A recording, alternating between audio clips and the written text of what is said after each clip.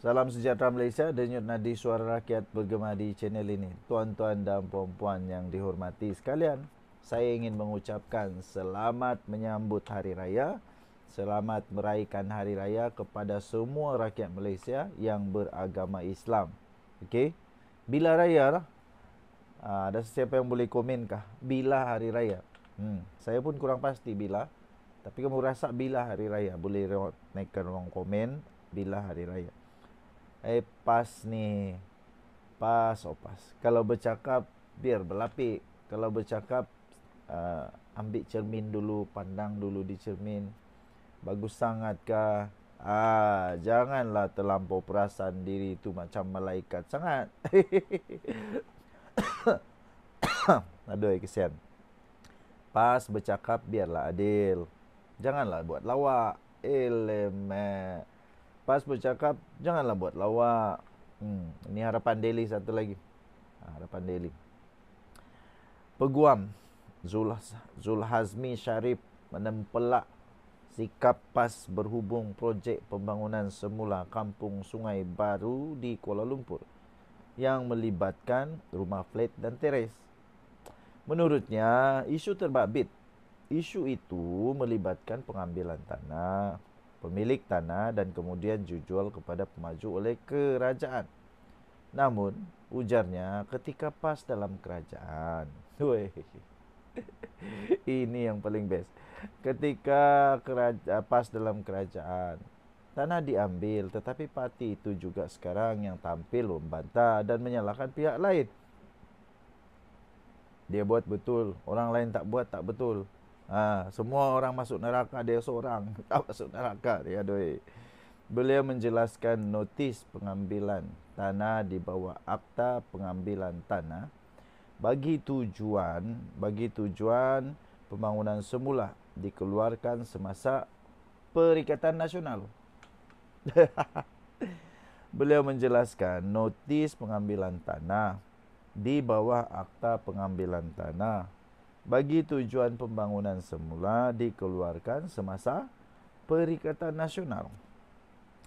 Semasa Perikatan Nasional mentadbir negara, iaitu sewaktu Mahyadin Yassin menjadi Perdana Menteri, Anwar Musa Menteri Wilayah Persekutuan. Dibantah pemilik tanah, sebahagian terpaksa bersetuju dan mendapat pampasan. Yang tak setuju dengan pampasan, failkan rayuan di mahkamah, tetapi ditolak. Sewaktu Syahidan Kasim jadi Menteri Wilayah, dia ada janji tak akan halau selagi tak selesai. Sekarang khabarnya, bailiff mahkamah serah notis pengosongan. Isunya, semasa tanah diambil sewaktu pentadbiran Perikatan Nasional, kenapa MP dan orang-orang PAS tak mengamuk sedangkan mereka dalam kerajaan? Sekarang siap turun buat surat hajat kononnya pertahan tanah Melayu. Ini bukan hal politik, cik. Ini bukan hal politik yang saya nak cakap. Tapi nak cakap bahawa orang PAS ni 3 suku. Masa dia kerajaan, tanah diambil. Sekarang dia pembangkang, dia nak bantah sedangkan dan salahkan orang lain. Tegas Zulhazmi, tegas peguam ini menerusi hantaran di Facebook pada hari ini. Aduh, terror tak terror, luar biasa tak luar biasa, inilah PAS. Tahniah. Kita jumpa lagi. Selamat Hari Raya. Bye-bye. Salam sejahtera Malaysia, denyut nadi suara rakyat bergema di channel ini. Okey, tuan-tuan dan puan yang dihormati sekalian, saya ingin mengucapkan selamat Hari Raya bagi semua rakyat Malaysia yang beragama Islam. Selamat Hari Raya kepada semua rakan-rakan, sahabat andai, saudara mara, keluarga yang beragama Islam. Selamat Hari Raya. Okey, tuan-tuan dan puan, mana Sanusi? Nampaknya seolah-olah Sanusi dah hilang sekarang. Sanusi pergi mana? Sanusi pergi mana? Takkan hilang kot. Takkan menjelang raya ni masih hilang. Takkan menjelang raya ni tiba-tiba saja mengaku kalah. Dah setahun ni Sanusi. Dah setahun. Sudah setahun sekarang Sudah setahun, mana LOD-nya? Mana LOD, mana Sanusi? Ini 26 Mac 2025 daripada Harapan Daily. Dah setahun LOD. Dah setahun. Dah setahun tunggu LOD. Mana dia Sanusi? Tahun lalu, Menteri Besar Kedah ni, Datuk Seri Muhammad Sanusi Madnor ni, mengancam kononnya akan memfailkan memfailkan tindakan undang-undang terhadap seorang individu. Susulan isu tunggakan gaji pekerja Kedah Agro Holding Berhad atau KAHB. Individu itu yang kononnya nak disaman, nak diambil tindakan oleh Sanusi, nama dia menggunakan Facebook Zuraini Abdul Ghani Zuraini, yang mendedahkan apa yang berlaku terhadap KAHB, mendakwa Syarikat Perbadanan Menteri Besar atau MBI Kedah mengambil pendapatan KAHB dan mencuri kaki tangan syarikat itu. Dia mendakwa pengurusan tertinggi KAHB dilantik dalam lingkungan kenalan Sanusi.